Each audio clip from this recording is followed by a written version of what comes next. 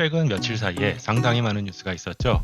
아니, 따지고 보면 뉴스는 딱 하나, 메시가 바르셀로나를 떠나는 건데 이게 워낙 임팩트가 큰 뉴스다 보니까 여기에서부터 많은 뉴스들이 파생되면서 마치 굉장히 많은 일이 벌어진 것처럼 느껴지네요. 제가 바르셀로나를 떠난 게 8월 5일인데 그때만 해도 현지 분위기가 메시 잔류는 확정적인 분위기였습니다. 근데 이게 웬걸, 인천공항 내려서 전화기 켜보니까 메시 바르셀로나 떠난다 딱 떠있더라고요. 스페인 친구들 있는 단체방도 난리가 아니었습니다. 어제 메시의 인터뷰 이후 어수선한 분위기에서 FC 바르셀로나의 출정식이라고 할 수 있는 감페르컵 경기가 열렸습니다. 상대는 유벤투스였는데 3대0 대승을 거두며 프리시즌을 마감했습니다. 프리시즌 경기들은 친선 경기 이상의 의미를 부여하기는 어려워요. 그렇기 때문에 결과보다는 이번 시즌을 대비한 팀빌딩이 어떻게 이루어지고 있는지를 확인해보는 자리라고 보시면 될 것 같습니다. 이번 여름에는 총 5경기의 프리시즌 경기가 열렸는데 각각의 경기, 스타팅 멤버들을 통해 후만 감독의 구상이 무엇일지 한번 관심법을 돌려보겠습니다. 첫 번째 경기, 제가 결과를 정확하게 4대0 맞췄던 힘나스틱 대 따라고나의 경기였습니다.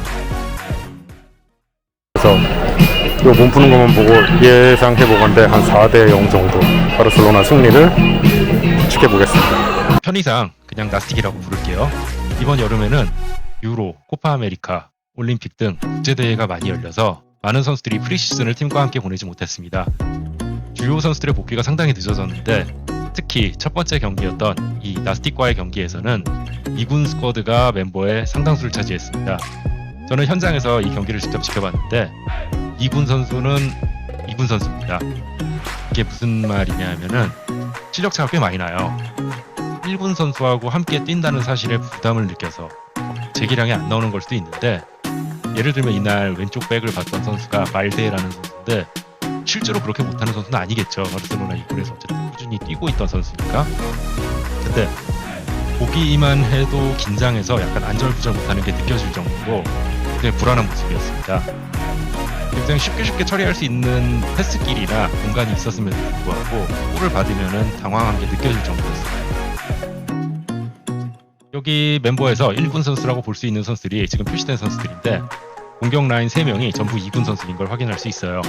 나스틱 수비수가 전반에 1명 퇴장당했고 후반전에는 양팀이 라인업을 대거 교체한 이후에 경기 막판에 바르셀로나가 3골을 퍼부으면서 4대0 승리를 거두었습니다.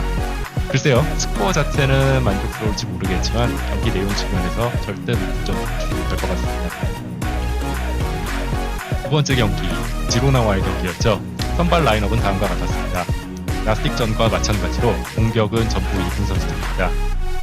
첫 번째 경기에서 강력한 슈팅 능력을 보여줬던 마나이 선수가 다시 한번 기회를 잡아서 출전했는데 아쉽게도 전반전이 끝나기도 전에 멤피스 데파이의 데뷔를 위해 희생되었습니다. 후반전에 네용, 그리즈만, 랑글레 등 이제 주요 선수들이 교체로 들어오면서 올 시즌 첫 출장을 기록했습니다. 오히려 후반전에 주전을 내세운 느낌이랄까요? 첫 번째 경기와는 반대되는 선수 기용이었어요.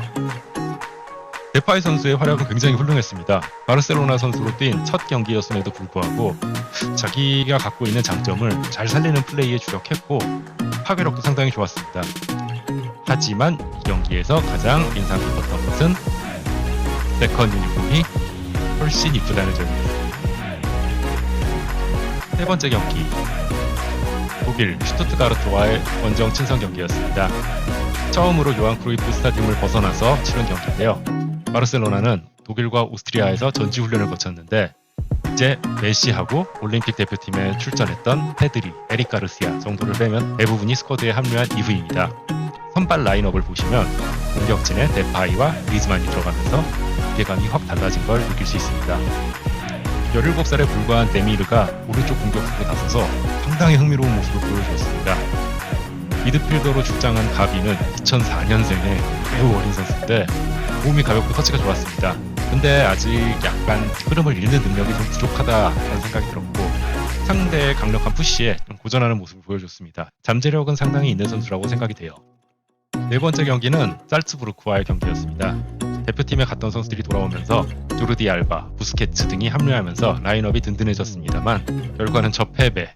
초반부터 전혀 분위기를 압도하지 못했고 실수를 연발하면서 불안했어요. 데파이 그리즈만의 공격 조합은 나쁘지 않은 느낌이었는데 전반적인 경기력은 위압감이 전혀 없었습니다.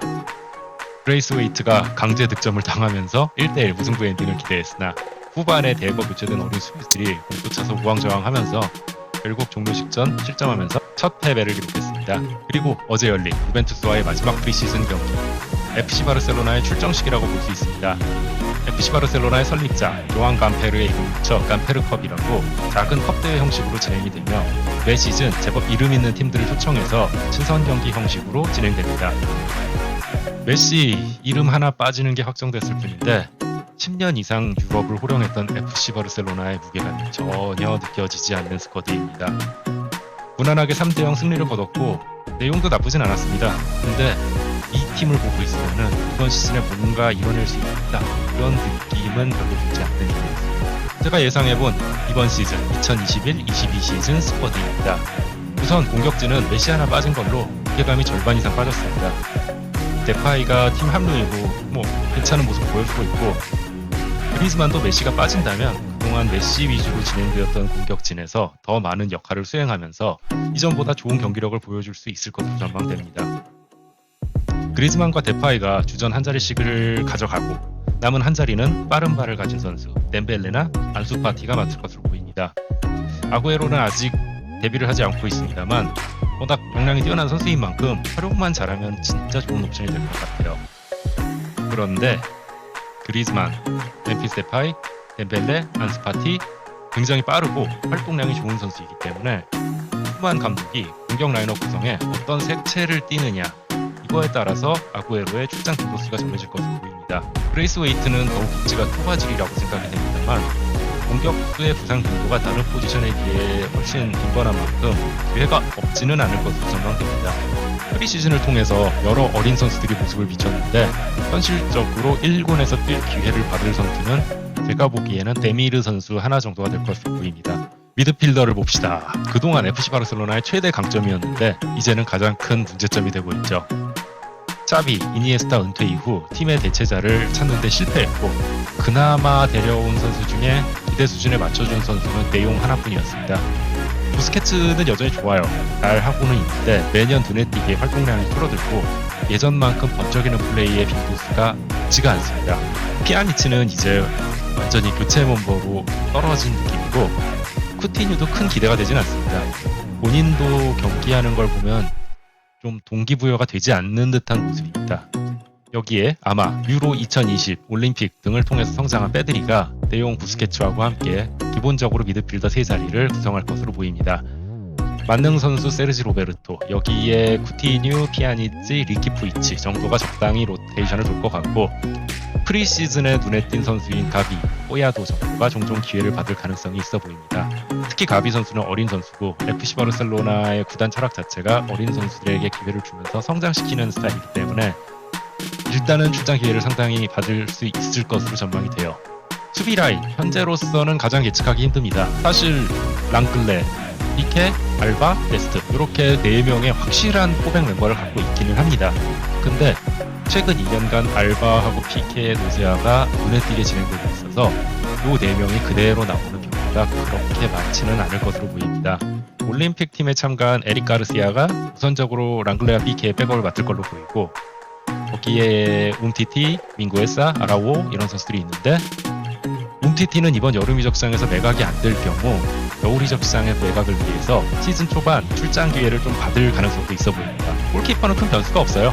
이건 작년하고 똑같이 슈테겐하고 네토가 그대로 경기를 할 겁니다. 이렇게 해서 프리시즌 5경기와 함께 올 시즌 FC 바르셀로나의 라인업을 짚어봤는데요. 정말 메시의 큰 자리가 크게 느껴지긴 하는데요. 한편으로는 후만 감독으로서는 제대로 된 시험대에 올랐다고 생각이 됩니다. 메시가 역사상 가장 위대한 선수다. 뛰어난 선수인 점은 부정을 할 수가 없어요. 근데 최근 몇 년간 바르셀로나가 지나치게 높은 메시 의존도 그리고 메시를 중심으로 돌아가는 단조로운 공격 전개 이런 걸로 인해서 예전에 비해 창의성이 크게 떨어진 모습을 보였고 아마도 이게 챔피언스 리그 같은 큰 대회에서 기대에 미치지 못하는 성과를 거둔 원인이 되지 않았나 이런 생각이 듭니다. 17년 만에 팀을 떠나게 된 메시 그리고 17년 만에 완전히 새로 판을 짜야 하는 바르셀로나 이들이 결별이 불러오게 될 다양하고 색다른 나비 효과를 기대해 봅니다.